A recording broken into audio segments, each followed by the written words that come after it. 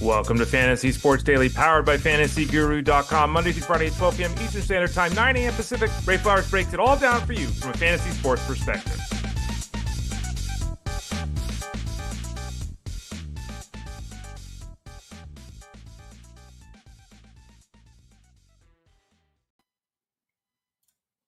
Welcome, everyone, to Fantasy Sports Daily, powered by FantasyGuru.com. I'm your host today and every day this week. No Justin Fensterman this week. Probably no Justin Fensterman the next couple of weeks, actually. So it'll be me and you moving forward. How's that? Lots of fun, right? Let's do this here on Fantasy Sports Daily. I'm Ray Flowers. You can follow me on Twitter, X, Instagram, Threads, Blue Sky, all of those places at the Ray Flowers. You can obviously find me over at FantasyGuru.com. Answering baseball questions still, answering football questions, obviously doing seasonal, doing keeper, doing dynasty, doing all those kind of things. Getting ready for training camp on Friday. Lots of things going on here at FantasyGuru.com. You can see it right there on the screen. Go to FantasyGuru.com, click that subscribe tab in the top right corner of the page. Get signed up for all the products. Baseball product, $50 rest of the way, everything. Seasonal DFS wagering. Get signed up for the football product. Remember, it's all season long, so you don't just buy it now and then it's done once week one starts. It's all season long at FantasyGuru.com. Get signed up for the seasonal. Get signed up for the DFS. Get signed up for the wagering packages. Get multiple. Get more than one of the packages. Get a couple of them. Get all three. Sign up for all the football coverage we get, and that includes college football. Sign up for the all-in VIP Platinum package, which gets you everything we do, every article, every live stream, every podcast, everything, all the Discord rooms, all of it. That's the Elite Platinum package. Become a VIP member over at FantasyGuru.com. You can always send a note to support at FantasyGuru.com as well. Puppy is barking up there. I hope no one is trying to break into the house as I'm doing this. I'm just kidding. No one's breaking into the house. At least I hope they're not breaking into the house. One other thing that I mentioned, training camp. We finally debuted everything officially yesterday. Training camp over at FantasyGuru.com. What is training camp? Training camp is basically what we're doing right here, but very specifically stylized. You have to sign up for the package over at FantasyGuru.com. When you sign up for the package at FantasyGuru.com, it's this Friday, the 15th of August, all day long a virtual training camp. Now, the show is stored. So if you can't join us on Friday, or you can't join in the morning, or you're just not available this Friday, you can always watch at any point on demand. So don't worry about that. You get the ticket, and it gets you coverage all day long. And I'll read you just what we've got going here. Rob Brink betting strategies, IDP with Phil Backer, Tyler Beaker, best ball strategies, Armando Marsal, league setups, Justin Fensterman, auction drafts, me, how to build a winner, kind of a catch-all, a little bit of everything. I'm on from 3 to 4 Eastern time. All of these talks, by the way, are an hour long. They all start at 9 o'clock Eastern Standard Time. Who's up next? Russell Clay Dynasty Leagues, Rich Mileto using the waiver wire with some in-season strategy talk.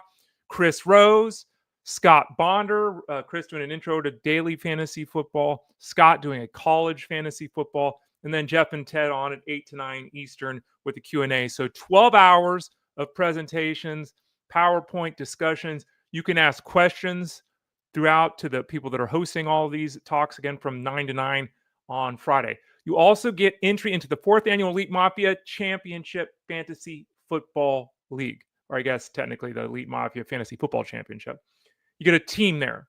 So you get to take us on in a league as well. That's included with the training camp. So get signed up over at FantasyGuru.com. Send a note to support at FantasyGuru.com if you got any questions.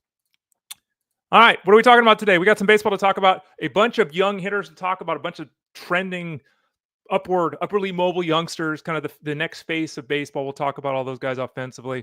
And then on the hill, I think the Rays lied to us. We'll talk about that with Shane McClanahan. We got an update on Zack Wheeler, an update on Cole Ragans. Cristian Javier pitched pretty well last night. Cade Cavalli didn't.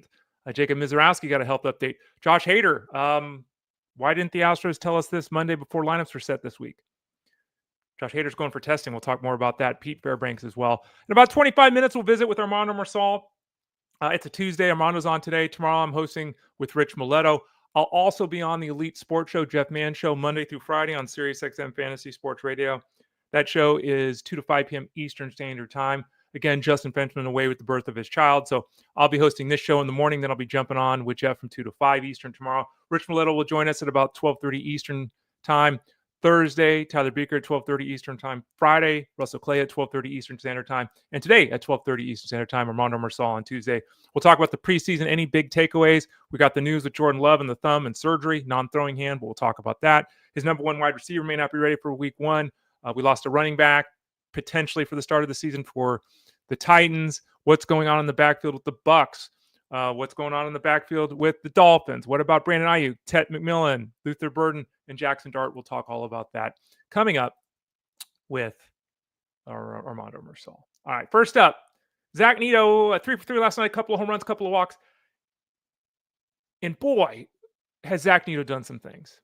He's now up to 19 home runs and 20 steals. Remember, he started the year late because of the shoulder, the issue that he had dealt with, all that. So he started the year late. He's only played 100 games. As a rookie, he didn't do very well.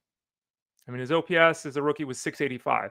Went up 100 points basically last year, and he hit 20 home runs and stole 30 bases. This year, he's got 20 home runs and 20 steals. Well, he's 1 home run away from going 2020. He's basically on a better home run pace than last year, the same steal pace as last year. His batting average is up 20 points, and his OPS is up 45 points. It's up over 800 now. Zack Neto's rolling. And I think really at this point, we're basically looking at a 2020 guy. He's kind of, and I don't know how developed his overall game is going to become. He might end up being Randy Arozarena as an infielder, which is, again, totally fine, right? Even now his on-base percentage is about 320 for his career. It's a little higher this year, 329. Doesn't walk a ton. Strikeout rate's solid. Batted ball data is slightly improved this year. The barrel rate's up. The hard hit rate's up. The exit velocity's up. These are all good signs. Might have a little bit more batting average stability than Randy Arozarena. But if he's going 2020 year after year, 80-80, well, hitting 260, right? And we know he can do better than that. Again, he's on about a 30 home run pace this year. He stole 30 bases last year. We can dream on a 30-30 season next year. There was some interest in him this season, but because of the shoulder, it was kind of muted. I think we'll see that situation reverse itself next year where people are going to aggressively be targeting Zack Neto on draft day. Junior Caminero, another youngster, 3 for 4, his 33rd home run of the season. And this one's getting really interesting. I looked at Caminero and thought he could hit 30 home runs this year. Did not think, and I'm pretty sure I said, didn't think he'd hit 40 home runs. He's in the driver's seat to get 40 home runs. Why did I say he wouldn't hit 40 home runs? Well, the launch angle, it was low. The launch angle had been low. He kind of had a little Vladimir Guerrero in him. Good news here. The 7% launch angle from last year is up to 10% this year. That's still, that number could go up to 14, 15%. I feel great. 10% we can live with. He does have a 25% home run to fly ball ratio, which if you add the number from the last 2 seasons together, we're slightly lower than the mark he currently has. So there's a little bit here. Could he sustain 25%? Yes. He hits the ball hard. Again, he's lofting the baseball a little bit better. I think that it's fair to suggest that this is more real than not. He can be a 35 to 40 home run hitter, and that would not be a surprise. I think most prospect scouting reports had him on that 20-80 scale, at least a 70 in power. Like, he could legitimately be a 35, 40 guy year after year. So just wanted to give him a shout because this is a significant source of home runs and RBIs. He's got an outside shot at 40-100, which would be fantastic. Vlad, I think, has only gone 40-100 one time. Caminero is hitting 260, so he doesn't walk a lot. His on-base percentage 301 is poor. If you're in a batting average league, he's hitting 260. That's okay. If you're in an on-base percentage league, he's got a 301 mark. That's not okay. That 301 mark ups his career mark to 300. That's good. So limited value in OBP versus batting average leagues. But the bottom line is overall, this has been a tremendous first full season at the big league level, living up to the expectations for Junior Caminero. Colson Montgomery went 1 for 3 last night, hit his 10th home run. And I got a question this morning about Montgomery. And Montgomery's a really interesting player. Very high on him coming into last season. Last season was messy, some injuries, some terrible performance. This year, some injuries, some terrible performance down in the minor leagues. And he was promoted. He played 60 games in the minor leagues this year. He was batting .215 with a 711 OPS. Now, there have been loose comps in the past to Colson Montgomery to Corey Seager, which is a pretty high comparison, right? Montgomery's 6'3", he's about 225 pounds. He's a big guy. At one point in time, he was looked at as a top 50 prospect in all of baseball. That, again, expectation really slid after a really poor season last year. But he's admitted to the big leagues this season, called up kind of surprisingly given his performance at the minor league level the last 2 years. And boy, has he been good. That's 10 home runs in 120 plate appearances. Obviously, that's one every 12 plate appearances. That is not a small number. That is the biggest of the big boys. That is not a number that's going to continue. It's not going to hold a 565 slugging percentage. That's just not who he is. He's not going to hold a 26% home run to fly ball ratio. He's not going to hold these numbers. So from here forward, the power is going to slow. I'm not saying it's going to vanish or anything like that, but it's going to slow. His concern then becomes, well, he strikes out a fair amount, 28%, not terrible in this day and age. It's not a good number. League average 23%. So it's not a good number. If his power recedes, and it's likely to recede some, and that 240 batting average recedes, and it's likely to recede some, and his 311 on base percentage recedes because of the batting average, it's likely to go some. Yeah. So there we go. So, it's very, he should be added in leagues. If he hasn't been added now, you're obviously in a smaller league. We talked about him. I added him in one of, I think it was Labor. I added him when he came up. Be cautious with him because though the power could continue at similar rates, it will slow down, and the batting average and on base percentage, that slash line is likely to come down the rest of the way. He's a limited guy. He's not going to steal bases either. So great start, but there are concerns around all the power that he has displayed. Royce Lewis, just wanted to talk a little bit about him. Royce Lewis, he was, we've talked about him so much. He's supposed to be 2020. We were dreaming on a 30-30 type of season and effort from him. That's where he was thought to be. He was a top 10 prospect in baseball at one point, maybe top 5. He's obviously had moments of huge success at the big league level. He had, in 150 games the last 2 years, he had 30 home runs. Had 100 RBIs, like really good number. This year's been another messy season. He's looking at another year of less than 100 games played. He's back though. He's been dropped to 7th in the order. You look at his overall production this season, and you can't say anything other than another season of terrible disappointment as my background keeps flipping in and out. And he had a brief stretch where he was hitting the ball well for about 10 days there, and it's gone yet again. The last 2 weeks, hitting 180 with a 500 OPS. It's actually 480.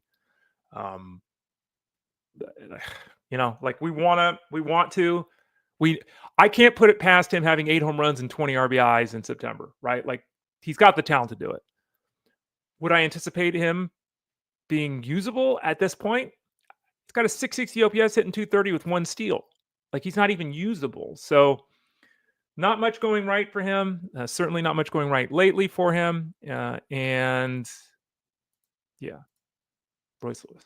Wyatt Langford, other direction. Now, by the way, Royce Lewis, he's 25, Royce Lewis? He's 26. So he's not old, but it's just not happening for him. Wyatt Langford had a hit last night. I wanted to check back in there. He's only 23 years old. Wyatt Langford was top 5 prospect in all of baseball last year, maybe first or second on some lists. Like, he was right at the top. And last year was solid. He had 16 home runs, 19 steals, was pretty effective, went 70-70. This season's dealt with some health issues, and he's right at 100 games played. He's played 99 games thus far. So let's do a little bit of a check-in. Batting average is down from last year. The on-base percentage is down from last year. The slugging percentage is down from last year. The strikeout rate is up from last year. Isolated power is about the same. Home run rate is a little bit higher than last year. He's got 130 less plate appearances, has the same home run total. But as I noted, the average is down, the on-base percentage is down, the slugging percentage is down. So, we've got time here for him to go 2020, and he's right on that pace, 16 home runs, 15 steals. No one's going to bat an eye at going 2020. And this clearly has not been a Jordan Walker scenario where he was expected to go 2020 and then stunk his way back to the minors. So Wyatt Langford's been better than that. But at the same time, strikeout rate's up 6% this year. Yeah. He has barreled the ball more. He's hit the ball harder overall. His exit velocity is better. His expected WOBA is higher than last year. So the batted ball data suggests that there's a little bit more success to mine here. And again, this has been a good start. He's played 233 games at the big league level. Has it been disappointing? Kind of has. But if he posted a huge final month, unlike Royce Lewis, would not be shocked with Wyatt Langford. Let's talk some pitching here. By the way, I didn't mention this earlier. You probably all know. Thank you for keeping it real. Thanks for the positivity in the chat room. Thanks for telling a friend about the show. Again, we're here every day, Monday through Friday at 12 o'clock Eastern Standard Time. You can go to fantasyguru.com, click the Elite Plus tab at the top of the page, You click that tab, you can find the show in podcast form. Podcast form? Yeah, absolutely. Go to your podcast zone, wherever it might be. Your podcast center, Pandora, Spotify, whatever it is. Type in Fantasy Sports Daily. You can take us there. Take us on the go, listen on demand. If you want to see my face, if you want to see Armando Marsal here in a few minutes, if you want to watch live or even on demand later in the day, there are 3 places to do that. In the 3 places that you can do that, like John G is doing here, you can leave comments and questions. John G says, hey, Ray and chat, this is the time to lock in for baseball with everyone starting to draft football. Fair point, John. These 3 places that you can leave comments and questions, youtube.com/@ElitePlusNetwork, facebook.com/FantasyGuruHQ, and Twitter X @FantasyGuruSite. So check out any of those 3 places to see my smiley face. Hey. Okay. Going from a smile to a frown. I don't like to call people liars because I don't know the machinations of what's going on behind the scenes. None of us really do. What I can say with Shane McClanahan is I think we were, let's use the word misled. We were misled all season long with Shane McClanahan. All year long. Remember, he was hurt, then he wasn't hurt. He was hurt, then he wasn't hurt. He was hurt, then he wasn't hurt. He was going to return, then he didn't return. He had a setback, but it wasn't a setback. I mean, this is, we have got so much contradiction. I haven't even gone through the information. This was like Jacob deGrom a couple years ago. Like, this was a disastrous scenario with McClanahan from start to finish. Start to finish. And, there's a nerve issue he's dealing with now. Okay. I am all for being positive because I'm not a positive guy, as you might have been able to tell, excuse me. I'm all for being positive, but we also have to be realistic at some point. And McClanahan would say he was fine, then the team would say he's not fine, then the team would say he's fine, then he would say he's not fine. They would say he was okay, and then they would stop his like this. Most recently, he was going to make it back to the big. They finally, after 5 months of this nonsense, finally admitted that on Monday he had surgery to try and fix the nerve problem he's been dealing with, and his season is over. Now, if that was the answer, he's got a nerve issue, they fix it, cool. This season had nothing to do with his elbow and return from Tommy John surgery. This was the nerve issue, right? And the last time we got really good data, like he was throwing the ball and it was 5 or 6 miles an hour below his top X, like he was throwing 90 miles an hour instead of 96. Like, it was bad. So they're having this surgery for the nerve issue. Kevin Cash, who's not a doctor, but obviously the manager of the Rays, said directly, we hope this fixes the problem, but we don't know if it will. Like, the Rays right now sound a little, So we need a lot more information on what was done, what wasn't done, all that kind of stuff. But the bottom line is that his season is over this year. It's possible, based upon what we're hearing, that McClanahan, won't be ready for the start of 2026. And it's possible, based upon what we're hearing, that it may never happen again. And, I hate to say that, and maybe I'm totally jumping the gun here. But remember, we're now going to be talking about 2 consecutive years without him throwing an official pitch. 2 years. And if you look at the minor league numbers, he didn't throw a single pitch in 2024. This year, he threw, officially 3 1/3 innings. So he will have 3 1/3 innings in 2 years.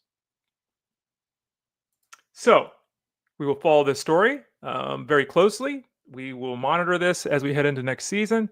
If you have McClanahan in a keeper scenario, I don't know how. I mean, if you're in a dynasty league, different. But if you just have a keeper scenario, you can't, even if you got Shane McClanahan for $6 or a 22nd round draft pick, I don't know how you even plan on that. This is terrible, especially with the uncertainty with where he's at right now, especially with the uncertainty with the treatment, and especially with the uncertainty with how they dealt with this information all season long. Terribly disappointing.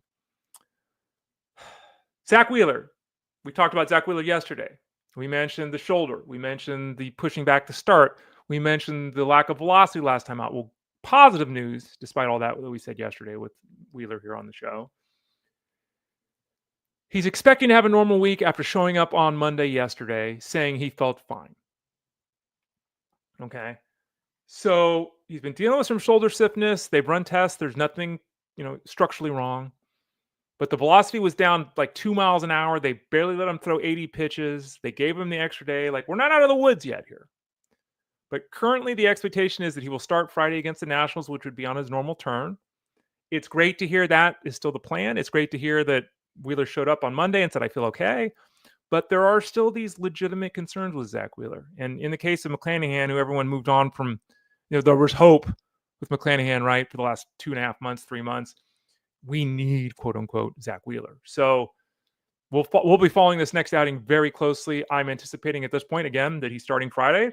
Would I be shocked if they backed him up a day? Would I be shocked if they skipped a turn in the rotation? I'd be a little surprised if they skipped the turn, because he's proven to be a workhorse here recently, and they obviously though need to be cautious with him. If there's any concern, they'll back him off a little bit. But it sounds like maybe we dodged a bullet. But just because he feels okay and just because he's out there next time, remember, 83 pitches in his last start and lost 2 miles an hour in velocity. 2. We'll see. We'll be watching very closely how he pitches in that next outing against the Nationals. A bullpen session is not a big deal, but it's where Cole Ragans is in his attempt to return from the shoulder injury. Obviously, he's a huge loss in the fantasy space. He's a huge loss for the Royals. This is a first step. Throwing a bullpen session after missing the time that Ragans has missed. Obviously, he's still a little ways away. What are we at? 11th, 12th? What the hell's the date today? 12th of August. It's not unreasonable, but it's unlikely that even if everything goes great, that Cole Ragans is pitching in the big leagues in August. Like, that just doesn't feel right. So we're probably looking at September for him. That's if everything goes right. He might go out and throw today in that bullpen session. They may not feel right, and they might shut him down. So this is a big day. Again, a bullpen session is not a big deal, right? Go throw me 15 fastballs and 15 curveballs, kid. That's not the same as going in and out and you're trying to get batters out and all that. But a good first step hopefully will occur today with Cole Ragans. We'll monitor that situation very closely. Cristian Javier, who we talked about yesterday, pitched pretty well.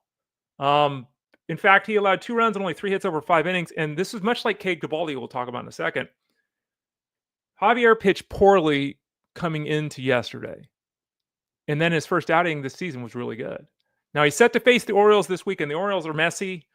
They've lost players through injuries and trades. They're a team that can be pitched to, okay? Javier threw 85 pitches yesterday, so workload is there. He only walked 2 guys after really struggling with his control in the minor leagues, and it's against the Red Sox too. The Red Sox, it's a good offense, man. Anthony's in a nice groove. Obviously, Bregman, Rafaela's slowed down, but Anthony's killing it. Duran's killing it. Like, this is a good lineup. So that was really impressive yesterday. His velocity was higher yesterday than it was those last couple of outings in the minor leagues. All this, bottom line, is positive with Javier. So if we're looking to stream a pitcher, Javier against the Orioles this weekend, not a bad direction to go. I have trepidation in terms of saying I'm going to start, Cristian Javier 8 times the rest of the season. But right now, short term, he looked good enough yesterday that I can give the thumbs up to using him in his next outing. Now, Cade Cavalli, who looked great his first outing, was not good yesterday in his second outing. He gave up 7 hits, 3 walks, only had 3 strikeouts in his 5+ innings of work. Not a good effort, and that was disappointing, right? Also keep in mind that just 2 of his 15 starts this season prior to joining the big leagues, just 2 of 15, were on 4 days rest. Both of his starts have been on 4 days rest to the big leagues, and his first start was on 4 days rest. His next start is set to be on 4 days rest. Probably going to back him off and give him a little space, I would assume, before his next outing, give him an extra day. That's logical. Both of his minor league starts, he was threw more pitches than he ever threw this season in the minor league. So we have a guy who goes to the majors, now pitching on 4 days rest, something he barely did in the minors, throwing more pitches than he did in the minors.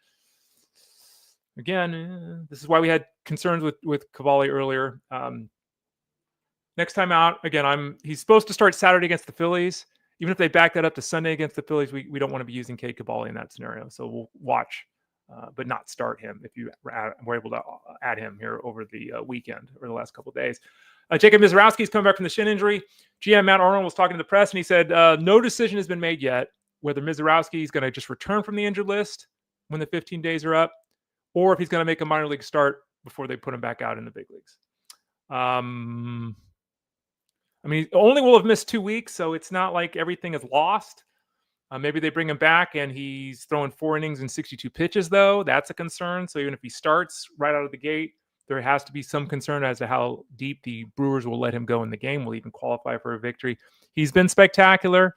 No talk of a setback or anything like that. Just an update that we're not positive if he's going to start right away after those 15 days or if he'll make one start at the minor league level. We'll continue to follow that storyline as we get more information.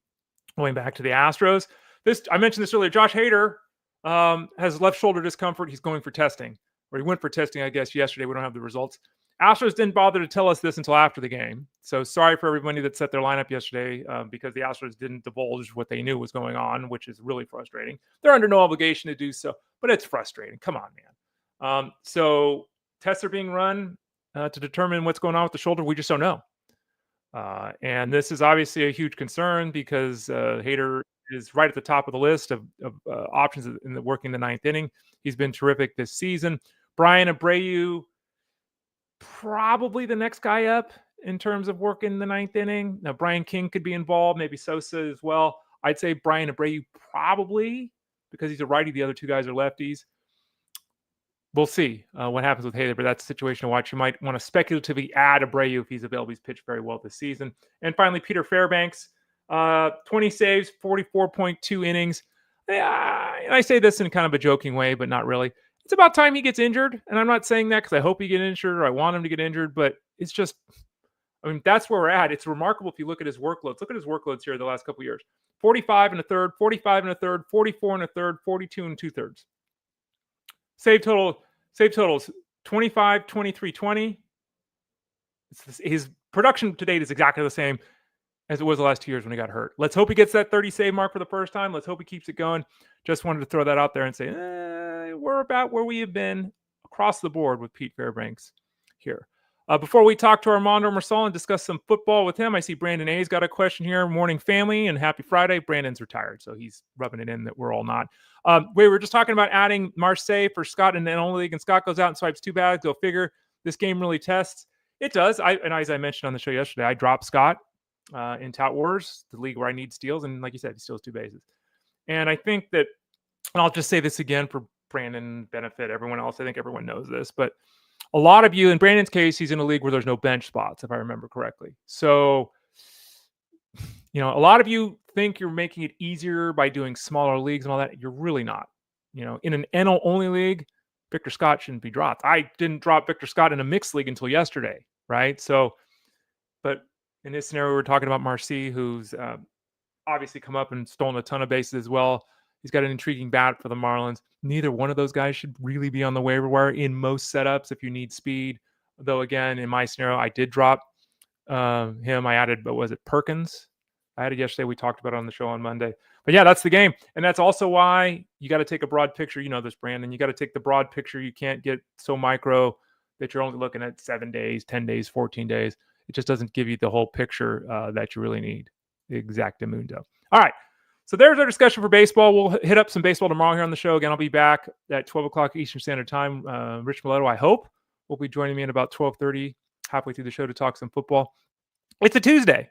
And on Tuesdays, we visit with our main man, Armando Marsal. You can find his podcast, Mind of Marsal, by going to fantasyguru.com, clicking that Elite Plus tab at the top of the page. When you do that, you'll be able to find this show as well as his show, the others on the network. He's oftentimes on the live stream at 7 o'clock Eastern time on Tuesday nights. He'll be part of training camp on Friday, giving a presentation there. And obviously, he's writing articles and giving advice all the time at fantasyguru.com. So let's bring him in right now. Our man, fresh off vacation. Let's see if he's got a tan. Armando Marsal. How you doing, Armando? I'm doing good, Ray. How about yourself? Doing all right.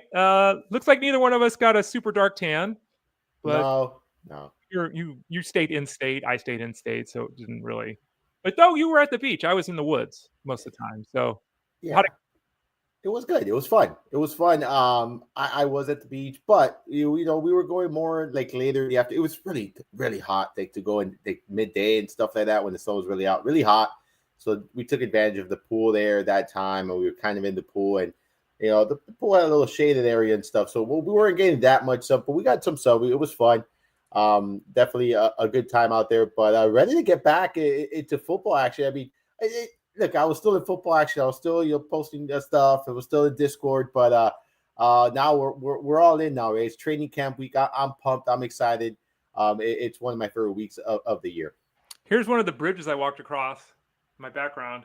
I was in the Nice. forest. So I'm still wishing I was on vacation too, Armando. But I'm good to go. As we talked about, both of us, even when we're on vacation, we're still spending hours every day looking at everything. So I know you're right in the thick of it. Yeah, training camp on Friday. We talked about it earlier. Click that subscribe tab in the top right corner, folks. Get signed up for training camp.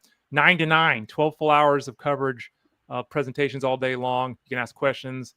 What's your topic this week? I read it earlier, but I've already forgotten. Is it like league setups and all that, Armando? Yeah, I'm going to be discussing the different league setups and just kind of breaking down a couple of different ones and what the differences are between some of these and how to approach them. So, and then we'll do Q&A at the end. We do Q&A at the end of it, so you can have any questions, anything you have.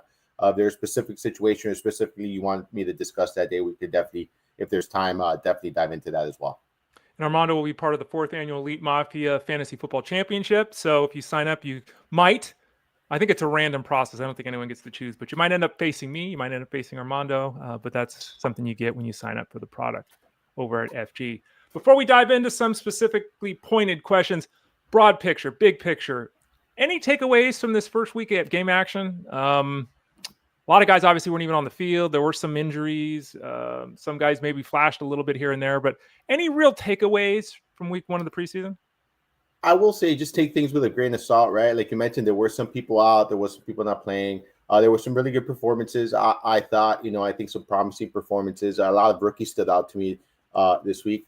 Depth charts at this stage really don't matter, right? We could talk about that with RJ Harvey. Like depth charts, nobody was this is RB5. Like that's been a big storyline. Like this is why you don't really pay too much attention to the depth charts right now. Pay closer attention to the time and the opportunities they're getting here in preseason and in practice. So don't worry about, depth chart this time. But I think, some pretty good performances. I think some obvious performances. And then I just wouldn't place too much emphasis on just the first week of the preseason, right? Keep, try to look for the steady drumbeat. This is just week 1 of the picture. So, this is just part 1 of the puzzle here. So don't make any drastic changes or decisions to your rankings right now because of this.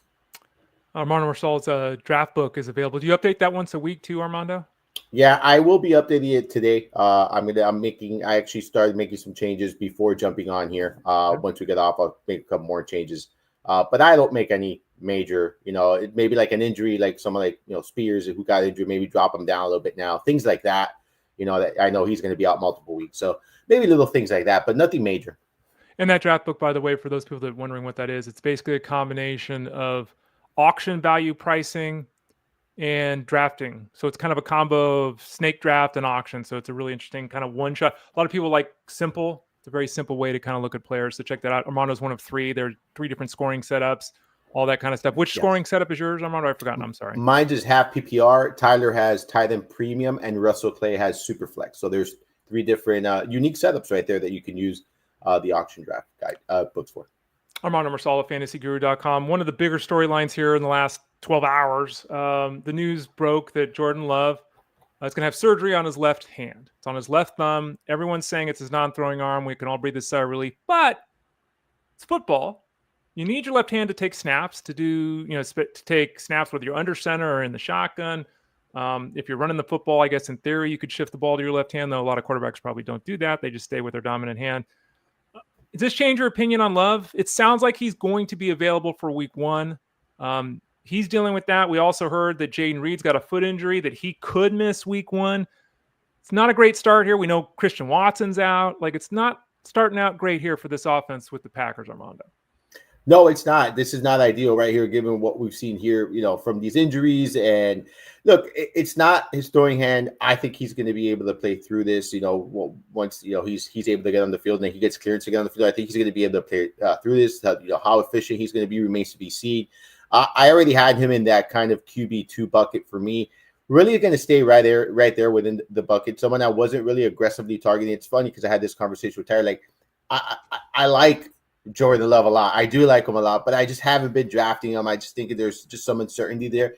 And now this is just another red flag for me. So probably less exposure for me this year at best ball. That's all it's going to end up doing, but it's not going to move down all that much. And then as far as Reed is concerned, I think that is, something you have to monitor here. the fact that they're already considering they could potentially miss week 1, I think that's something, to take note of. And if you're taking a chance on him, it really depends on what you have already in your roster, who you have, drafted and things like that, what your roster context looks like. So I don't like to invest in players that get hurt like this that are already expecting to miss at least one game.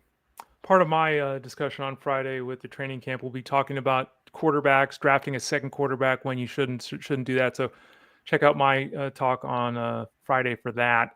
You mentioned Tyjae Spears. Let's talk a little bit about that.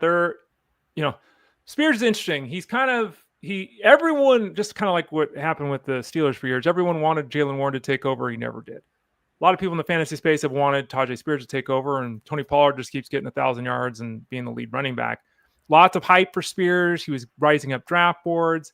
Now he's got an ankle sprain, a high ankle sprain, and it's likely to cost him a few weeks. So I guess week 1's in question right now.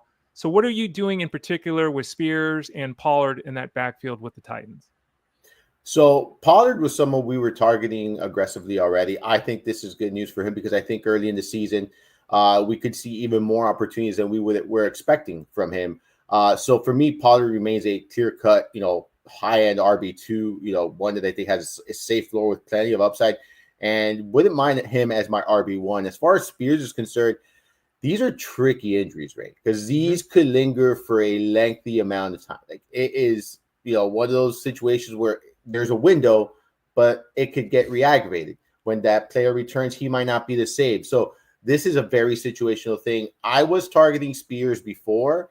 I think you're going to see his ADP fall significantly here a little bit. I think he might get to a point where you can still take shots at him if you want to handcuff Pollard. But just understand that this is one of those injuries where this could be 4 to 6. This could be 6 to 8. This could be 8 to 12. Like really, we've seen this before. Like, and I'm talking about weeks here. So like you just don't know.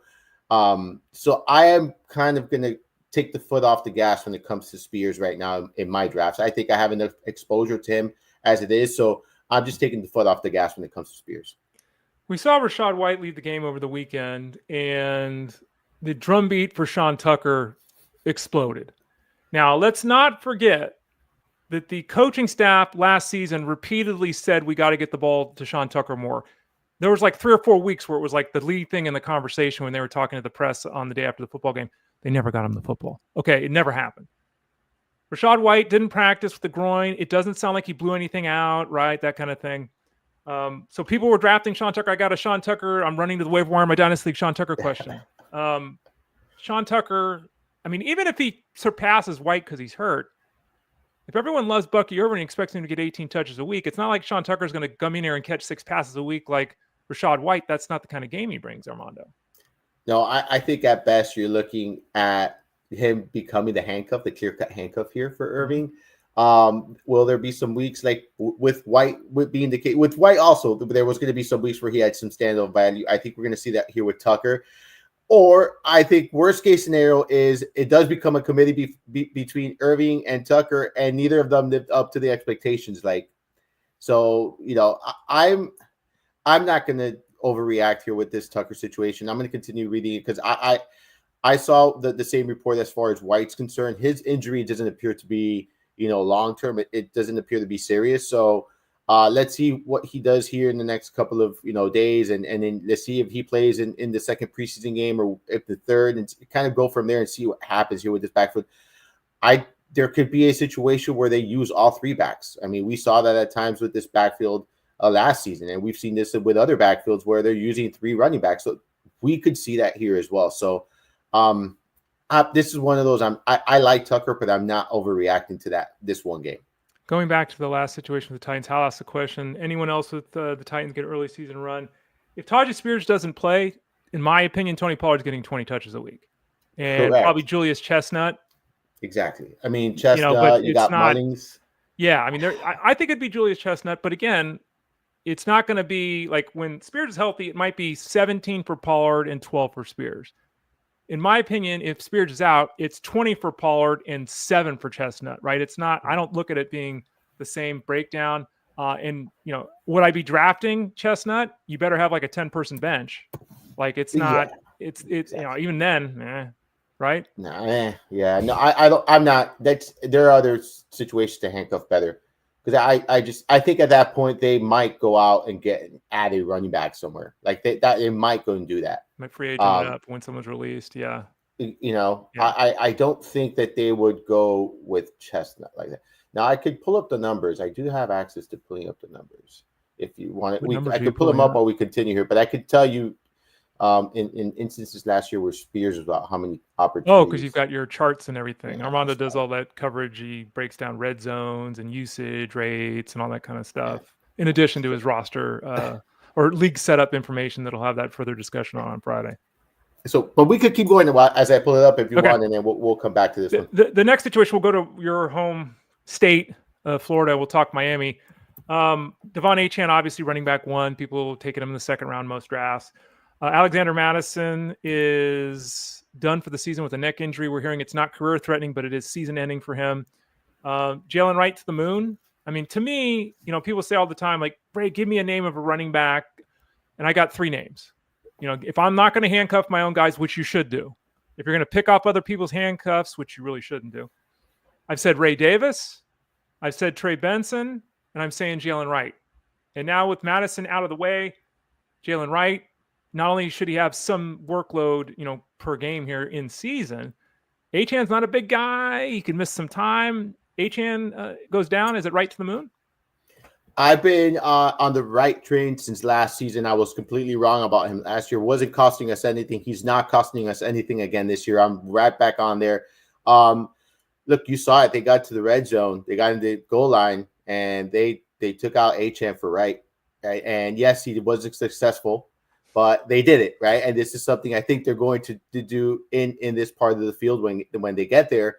I think Wright is going to have standalone value even when Achane is healthy. There, he complements Achane very well. Mm-hmm. So for me, I look at this as I think we all agree Achane cannot sustain 17, 18 rush attempts on a weekly basis. He gets his production a lot in the passing game. That's where his value comes from here. And I think that if they alleviate a little bit of him in the running game with Jaylen Wright, they're going to get a lot more of that production in the passing game. So for me, I like Jaylen Wright. I'm aggressively targeting him this year again. I think that he's someone that can outright win people league. Now, keep in mind, the Dolphins do have one of the worst offensive lines in football. So, that is an obstacle he's going to have to cross there. But as far as opportunities is concerned, I think he's going to be in a position to get a lot of opportunities at some point this season. And remember, Armando and Ted Schuster do the offensive line breakdown. You get the chart with the rankings of each team. You get the full breakdowns, the player movement, the expectations, all that kind of stuff. Check that out as part of the draft package at fantasyguru.com. All right. So I have the numbers. Okay. These are staggering. Look at this. All right. Okay. So this is obviously only last year because that's when Pollard was in Tennessee. Mm-hmm. So in 11 games. So as far as the rush attempts, that's a significant number. Targets is not. So targets in games that Tyjae Spears was in, we are seeing 3.45 targets for Tony Pollard. Okay. In games that Spears is out, 3.8.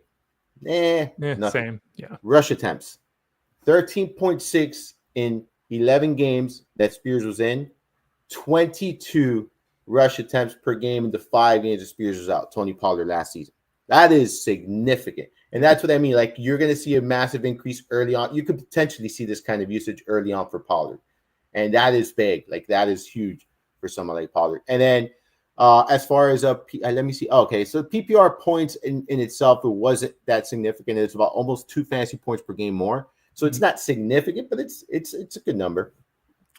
Armando Marsal at fantasyguru.com for more of that. You can check out his work over at FG, a bunch of stuff like that, and all these articles he's putting out.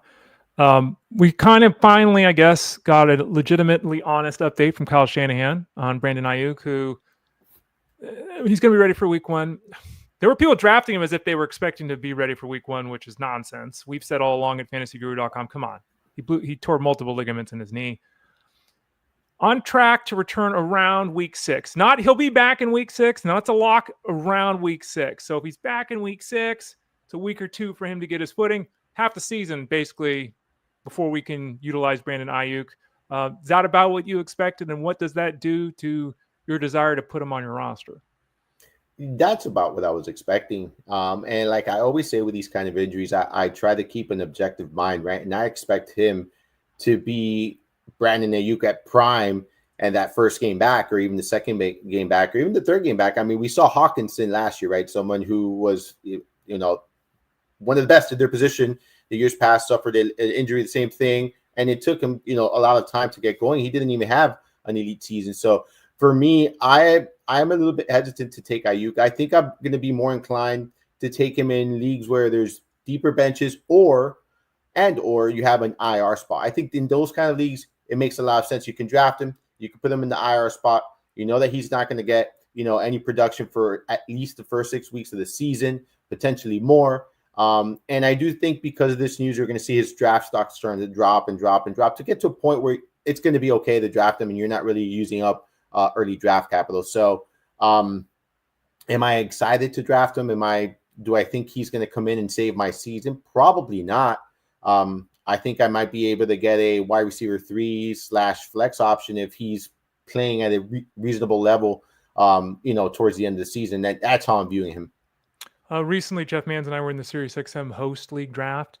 I took Brandon Aiyuk as my 5th wide receiver. I took him like in the 13th, 14th round, something like that. So that's, about, and again, that was my expectation. He's going to miss the first month. This is a little bit longer, but that's fine. Someone on the other side of things that we get a little bit concerned about Aiyuk as a community. This guy's got helium. Luther Burden can't fail. Luther Burden's going to catch 75 passes this year, Armando, baseline. Like, he can't fail. Burden's had a lot of health issues, right? We know that going back to school. It's not like he's the only guy on this team that's going to catch passes either, right? So give us the reasonable expectations for Luther Burden, because in a lot of areas, he's starting to really rise up the old ADP charts. Too many mouths to feed in Chicago for me. I simply can't, I think it's going to take an injury or two maybe for him to really get to, a level where he's going to give you consistent production. Will he have some big weeks, maybe a week or two, maybe a big moment or two? Sure. Are you going to be able to predict that when everyone's healthy? Probably not. I tend to stay away from those situations. I do think maybe in Dynasty is where you really want to be invested here in Burden, but expectations for me, this season, I'm keeping them in check. My expectations are not that high. So I don't have any exposure to him. I think it's going to take a lot before, it's going to take, I think, a couple of hurdles for him to actually see, a consistent amount of opportunities here. It's still, I mean, we're into camp here, right? But I just want to, I see a question here from Hal. I'm going to throw it on the screen here. Going back to the situation with Madison being out and HN being the number 1 and Jaylen Wright being the number 2 with the Dolphins. He asked Hal does about Ollie Gordon. Like, I think sometimes we try to be too smart. Like, maybe Ollie Gordon gets a role. Absolutely. Maybe it happens. Absolutely. Would I draft Ollie Gordon? There's not a scenario in the world I'm drafting Ollie Gordon. I got to have 25 rounds. Like, I'm not doing it. Now, that could be the wrong call, right? But I also, again, want to caution people, like, going 3rd, 4th guys on depth charts right now as a draft option is completely different than in week 3 or 4 making a move when the injuries start to stack up. Yeah, I agree 100%. Like, I just did a 14-team draft, the 16 rounds, and I didn't even consider them. Like, I'm being honest. I think in the Dynasty League, like, when you're talking about super deep rosters, you mentioned it, 30, 40-man rosters. Sure. All right, sure. Yeah. You're going to have to get these guys. But in a 12-team, 10-team, maybe he gets a role, like you said, but going into the season, he's not someone that's on my radar for that, like, outside of super deep leagues. Yeah, put him on a watch list if you want. You can click his little star or whatever. Or if you have a practice squad or something like that, right? Like, where it's not occupying actual roster space right now. Armando Marsal of fantasyguru.com. Let's talk a little bit about Jaxson Dart. I asked you, did anything in the preseason really change in week 1? You're kind of like, Jaxson Dart was interesting because the numbers were good. He looked good. Brian DeBall, the head coach, came out after the game and was pretty impressed. I mean, this was a really good performance for Jaxson Dart. And we all know that it would be amazingly strange if Jaxson Dart doesn't make starts this year for the Giants. The question we all have is, when is that going to happen? I think their bye is like week 14, right? That's right way at the end, the Giants. So you can't wait until after the bye. If that's the case, who cares with Jaxson Dart? Any movement here with him? I mean, again, he's a quarterback 2-3 anyway, so it's not like we're drafting this guy with any level of excitement. But what do you think about what you saw with Jaxson Dart? And give me a guesstimate on how many starts he makes. Well, I was very excited to see it because he is actually my favorite quarterback out of this draft class. I did his rookie profile and I absolutely love what I saw. Like, I think this kid is the real deal. I did think, I'll be honest with you, I was very impressed. And this is just preseason. But he looked the part. He looked very comfortable back there. He showed off his arm strength. He showed off his touch. Like he did a great job, and he's a mobile quarterback. Like, I think he checks off a lot of the boxes. I did think he would benefit from sitting back one season. I'll be honest. I did write that in my profile. Right. However, I mean, he looked ready. Like, again, we're only talking about one preseason game, but he did look ready. I think he's going to start the season. I think the Giants, Really? especially not week one. Oh, okay. No, I think eventually he's going to start at some point this season. What I'm saying, not week one. Gotcha. But I do think that if he strings along a couple more of these performances in the preseason game, it's going to be sooner or later. I initially thought it would be somewhere mid-season, and they maybe would even wait as far as kind of seeing how the season's going until after the bye. I think that might be too late. Right. For someone that looks a little bit, or not a little bit, he looks ready. So I would say he's going to start at least 6 games this season. I mean, it was 1 week and it was 19 passes. So let's, we were talking about pitching that Cade Cavalli looked great. I still think he's going to start maybe 6 games, like maybe like towards like the end of the season. Okay. Once the season's officially over for the team, that kind of thing. Yeah, I think so. Okay. I think so. I think they're going to try to make it competitive early on in the season with someone like Russell Wilson. Now, if Russell Wilson comes and stinks it up, let me tell you, so they might shift gears really quickly there. And I don't think Winston's going to be the guy. Yeah, I don't think so. I think they're going to go straight to Jaxson Dart. Andre V's got a question. Speaking of the Giants, Malik Neighbors or Nico Collins? Answer is yes. Yes. The answer is both. Always. They're both wide receiver ones. Your thoughts, Armando? Is there a significant difference between the two? Who do you prefer? I think there's a slight difference between the two. I think so. I look at Neighbors, and I think Neighbors is Jamar Chase, Justin Jefferson, CeeDee Lamb. Like, I put them right there with those 3. Like, I truly do. So for me, I'm gonna give the slight edge to Neighbors, but I think Nico Collins is a top 10 wide receiver as well. Like, I think he's an elite receiver. I've been on the Nico Collins train for a couple of years now. And yeah, he's the real deal there. You can't go wrong with either. Love them both here, but man, I think Neighbors could finish wide receiver 1 like any season. Like, he has that potential, in my opinion. I would go with Neighbors. Also, Collins has dealt with some soft tissue stuff. I know Neighbors has got the foot or toe or whatever, but I would go Neighbors too, though. Again, I'd take him either as a 1. How has a follow-up to worst case scenario at the quarterback for Neighbors? You basically said he's a top 5 wide receiver. So obviously you're not overly concerned, I guess, as to who the quarterback is. I mean, Russell Wilson can throw a deep ball, and that's not something that they've been able to do the last couple of years. He's kind of risk adverse, so you might you'd get way more splash plays with Jameis Winston if he were under center. Jaxson Dart, again, looked good in 1 game, but he's a rookie tier. So sounds like you're okay with no matter who the quarterback is, but what's kind of the worst case scenarios for Malik Neighbors? Believe it or not, I actually think it's Russell Wilson. Okay. I actually think it's Russell Wilson, but it's a good case. Like, it's better case scenario than he had last year. Right. So, like, I think he'll be okay. I think Russell Wilson is the worst case scenario for him. But I think I like all 3 quarterbacks there. Armando Marsal of fantasyguru.com. Armando, what are you working on right now? What's about ready to pop over at FG? All right, so we got the draft battles are starting this week. We got one this week popping up. It's Caleb Johnson versus Travion Henderson. We got a couple more coming out next week there. Obviously, training camp. This week, we got the DFS. I'm on the DFS breakdown here. It's Friday. We got a 2-game slate. We normally don't do it, but it's a 2-game slate. We're going to write it up. Not many games this week. Only one big slate there. We got that. We got Mine and Marsal podcast there. And I'm updating the auction draft book. Keep an eye out for that. By the end of the day, that'll be updated. You'll see it there in the tools section.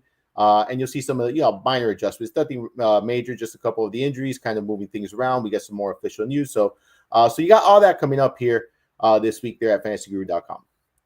And of course, Friday we'll both be talking over as part of the training camp product over at fantasyguru.com. I'll still be here on Friday morning.